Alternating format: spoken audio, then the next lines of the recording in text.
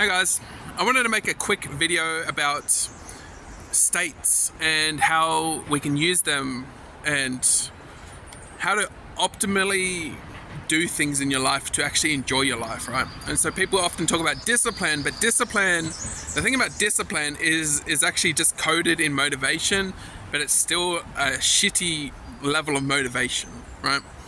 And so it's like, even when you don't feel like it, just do the thing, which like is a problem in itself, because you're basically just ignoring negative emotion. The thing about negative emotion is it's still positive in the fact that it's brought you problems that you need to freaking deal with, right? Like if you're feeling tired, you need to find a way to stop feeling tired, right?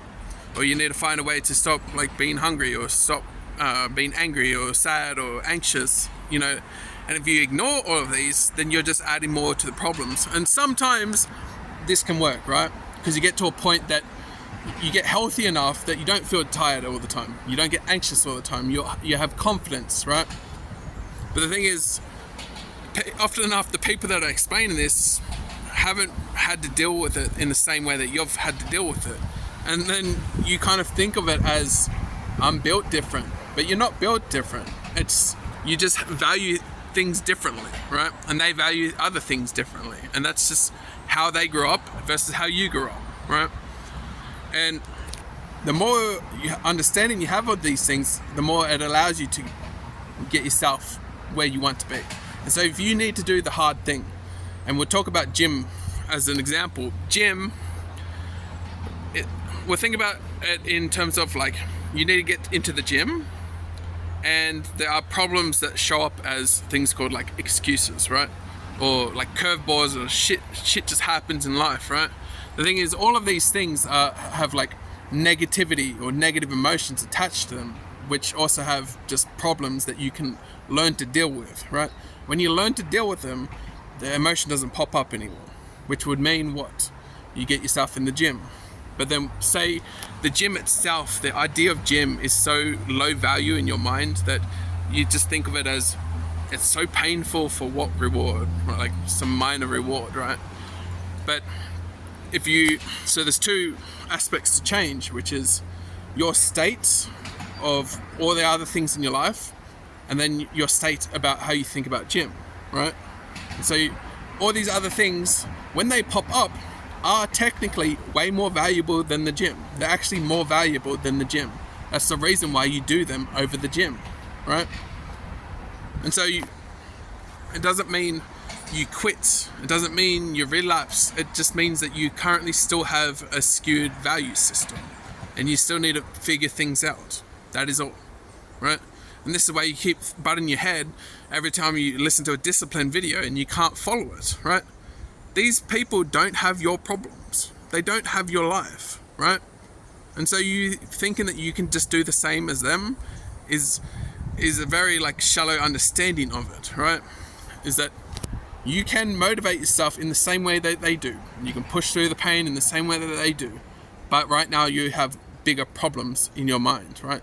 You're an overthinker. You have anxiety, you have social anxiety, you have all these extra things that you think about. And you're just like, all of these problems, why would I waste my time going to the gym? It's not worth it, because I'm not even going to see results in like 6 months, right? But there are things you can do now to fix these other problems a lot quicker than 6 months down the line. So in your mind, you're like, why would I go to the gym? I got all these other issues to deal with. I can be comfortable now, right? And so with that, recognizing that means fix your problems, then it awakens the requirement for discipline, which in turn just means that your motivation is a lot easier to obtain, right? It's a lot easier to get yourself in the gym, right? And this is the thing disciplined people won't tell you, is that there are things in life that will stop them from using this discipline, because it's just motivation.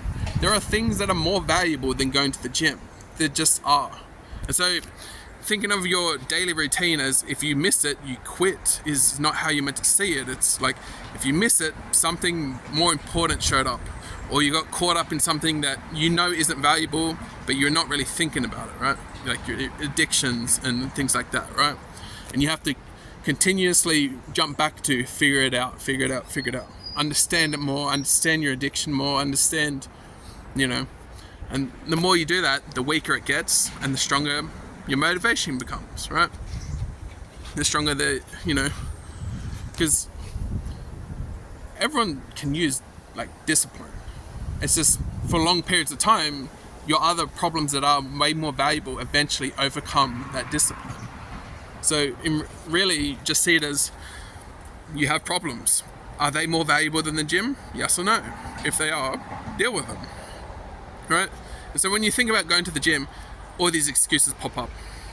These are all saying, I'm more important, right? Figure them out, right? I feel tired, I want to go for a nap, I'm hungry, I'm angry, I'm sad, I'm whatever, right? All of these have problems that pop up, and you know how to overcome them. You know how to beat them. There are certain ways that are more better than others, but you have a general idea of how to do it. But we'll stick with the two main ones, which is most of us want to go to the gym, and going to the gym, you likely have social anxiety because you are out of shape and you lack confidence, right? And then the other one is gym is painful, right? And so the gym itself has a negative to it, but then the idea of a public gym also has a negative to it, right? But if we can change the social anxiety, which means our state of anxiousness, if that goes away, then we won't be in a state of anxiousness. If we fix that problem of that social anxiety, then of course we can be in a different state of mind now, right? But then if we're thinking about the gym still and we think of it as painful and kind of useless, then you're going to put yourself in a state of that's not worth it, right? And so you will think of something else that will put you in a happier state, like your comfort, eating food, games, socializing, and you're just going to do them, right? And then so it's recognizing that's how you're valuing things. You're valuing your current life is valuable to you, right? Because it's easy, because it's comfortable, right? So how would we do the social anxiety aspect? We need to pull apart all of the reasons why we're anxious in the first place, right? And recognize whether or not they are warranted or not, right? And you have to dive in deep, right? Think about when say a tiger or something, and it's a threat, right? You're going to be in a state of anxiety. You're not going to think about doing gym when there's a tiger right next to you. You're going to be running from it, right? And so figuring out whether or not it's an actual threat or not. And so understanding more and more about social situations, understanding more and more about how gyms work, understanding that when people think about you or think negative of you, they think, oh, that person's out of shape. Does that actually affect you or not? Yes or no, right? And understanding, the more you recognize if it actually affects you, are you responding incorrectly? Are you valuing it incorrectly? Are you just caught up in overthinking it? Is that person actually going to attack you? All of these things have to be understood, and the more you understand the situations, the more you can recognize it's not a threat, right? Now, people go to the gym for years and no one attacks each other, right? It's not a thing that happens. No one screams at each other, no one hates on each other unless you intentionally piss someone off, right? And that's where respect comes in. The thing is, gyms are recorded, public gyms are recorded, and people are there all the time. There are other people around that are a lot nicer than one out of 1,000,000 people, right? People aren't going to do anything even if they think of you as a fat person or a skinny person, right? Or an ugly person. They're not going to do anything, right? And the more you understand all these different beliefs, it's but they think this, but they're going to do this and that. Dig in that, developing an understanding of those things will help you slowly overcome your anxiety. And then you start to put yourself in situations closer and closer to it. Or you can get yourself in the gym and recognize, okay, maybe you can just try to actually figure out what's it like just being stared at in the gym, right? Just, go to the gym and be stared at by all the tigers, right? And then they do nothing. Do it for 15 minutes, do it for 30 minutes, do it for like a whole day or something, I don't know. Just like don't even work out and be like standing around looking like an idiot. They won't do anything, right? They won't end up doing anything. People look at you, they think of you as weird, but in your mind, try to think about what they're thinking about, right? And you'll probably recognize, oh, they're thinking like I'm an idiot, but they're not going to do anything about it still, right? Because people, they have their own anxieties, right? And they're not going to actually conflict with you or anything, like they don't care. So with that, that's how you would eventually start to overcome that social anxiety, right? And this is how you would do all the other excuses, right? Like you start to like pull apart them, understand them all as much as you possibly can, look into the science of them, look into the culture, how all of these things work. And then the more you can break down these things, the less that you'll be in those states, the state of fear. And then, so now you're no longer in a state of fear when you think about gym. Okay, now you think about gym, but then you think about the pain of going to the gym, right? You think about, oh, that sucks, it's uncomfortable, right? Now, how do you overcome that little bit of pain, right? By understanding that little bit of pain for the massive reward, right? Like that's how you do it. It's like, think about it like this. If you had hot charcoal and someone told you that walk over the hot charcoal for 5 meters, right? Would you do it? No. You want to do it. There's no reason to do it. You just burn your feet, right? But now, say if you go over the hot charcoal, they're going to give you $5 million, right? Contract signed and or whatever. Now would you do it? Maybe, right? But maybe you're not still, right? Maybe not still. But what if that hot burning in your feet is what you're going to feel, but say if you didn't do that hot burning, you know, you didn't walk the 5 meters of hot charcoal and there was no $5 million, say there was, your entire family gets permanently sick or something like that, like you just get like sick and you just like have to just like be in a hospital bed for the rest of your life or something, right? Now would you walk over that hot charcoal? Right? Yeah, do you understand that a little bit of pain to avoid a lot of pain, right? A little bit of pain to avoid a lot of pain is how people push through hard shit, right? But the thing here, when it comes to say gym or insert other habit there, is that it's a little bit of pain to avoid a lot of pain, but also to get a lot of gain, right? And this is the thing about gym, is that it's not just you're avoiding sicknesses in the future, you're avoiding your lack of confidence, you're avoiding your your deterioration of your body, you're avoiding your lack of respect from other people, you're avoiding like being tired all the time, like you're avoiding all of these things that, you know, are leading you down to a very, very shitty life, like permanent sickness, right? That sucks. That sucks a lot more than that little bit of pain in your muscles, right? That sucks a lot more. And then on the plus end, because you're also doing it, you're going to be gaining confidence over time. You're going to be gaining bodily function over time. You're going to gain attractiveness.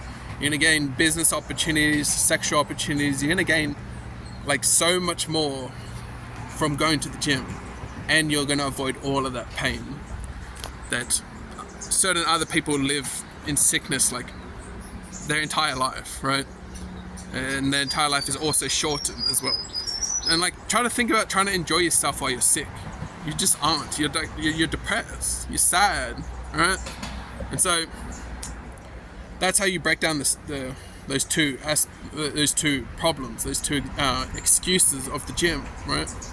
And of course you have other ones, but you know, that's more than I want to explain for this video. But like, you know, fear, you know, like not fear, sorry, like other things that make you sad, those have their own problems that you got to deal with. And hunger and tiredness. Like, these things are problems as well that you need to figure out how to evaluate them properly, in the same way that you evaluated the social anxiety of the public gym, or evaluated the pain of going to the gym, right?